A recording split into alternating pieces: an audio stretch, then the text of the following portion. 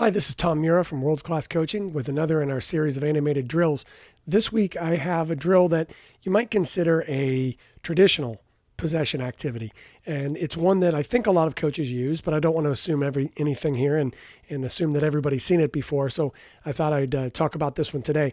It's a 3-team possession activity. So the setup is pretty basic. If I'm going to do this with, in this case, 9 players, then I'm going to make the area about 20 by 20.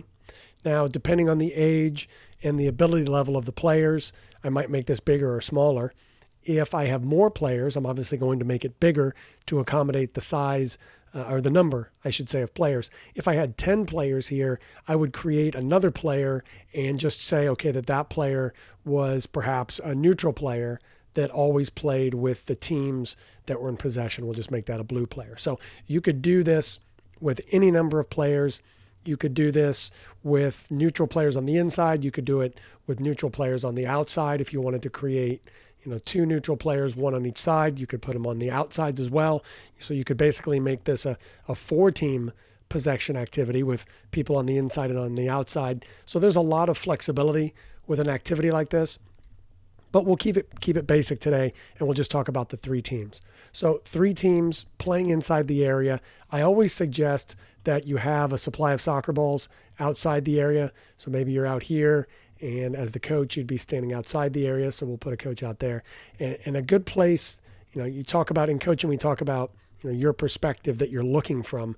And in this kind of environment, the coach wants to obviously be on the outside of the area, but with a supply of balls to keep the activity going as quickly as possible. So the tempo is very high. The tempo is part of what teaches the players what we want them to learn in this kind of environment, which is to think quickly, react quickly, reshape, and support the ball very quickly. So the way it works with the 3 teams on the inside, we have them in different pennies in this case. And now we can have 2 teams that are in possession, and we have 1 team that's defending. So initially, when I'm coaching this kind of activity, I'll say red's defending so that everybody knows from the start, okay, red is defending right now. Now, if the red team were to intercept, we'll just shorten this pass up and say, the red team intercepts this ball that's played by the black team.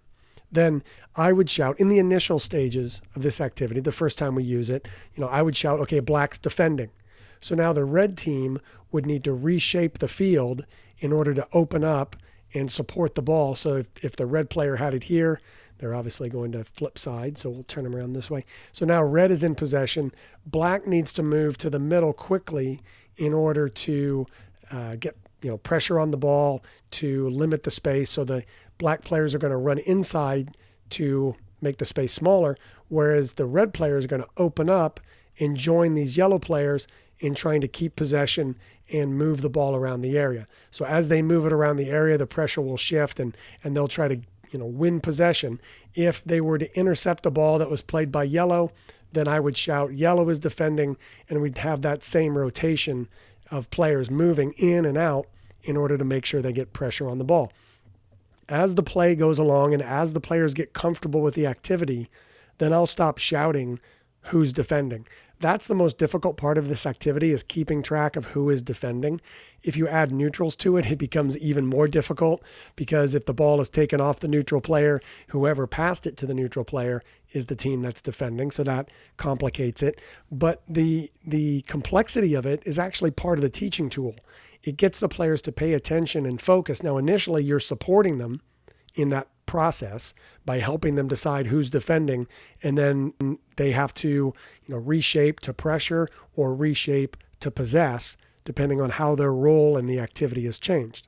So as it goes along and they're able to figure that out, and you can tell that as the coach, if they're starting to get it and they're starting to switch more quickly, they're starting to react without you saying it. Perhaps you don't say it as quickly, so you allow them a moment to try to figure it out, and you see if they do. If they don't, you give them that cue so that they know and they can adjust. And as you go along and they figure it out, that's great, because now they're thinking about it and they're reacting. So this is a great activity because there's transition to it. There's transition from attack to defense and defense to attack. I don't like it as much for possession in some ways because it's non-directional, and it's non-positional as well. So it's harder to relate it to the game. But if you think about an activity like this, not as being a strictly functional activity, but an activity that is getting the players to think, react, and move quickly, then it's useful in that way. So I don't think everything has to be functional. I think we have to do absolutely everything in our positions. Sometimes there's a place for a non-directional activity like this, as long as you keep the focus on the idea of thinking quickly, moving quickly, reacting quickly, and thinking about what's happening in the game, then you're going to get something out of an activity like this.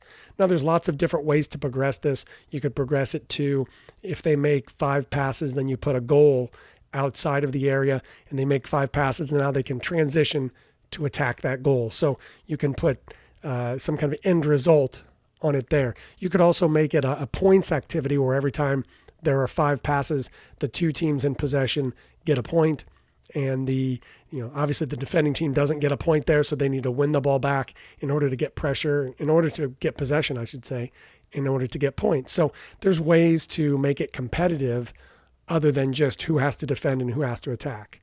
But it's a great little activity. It's one that's very common that you may have seen done before. Maybe you haven't. If you haven't, give this a try and see how it goes for your team.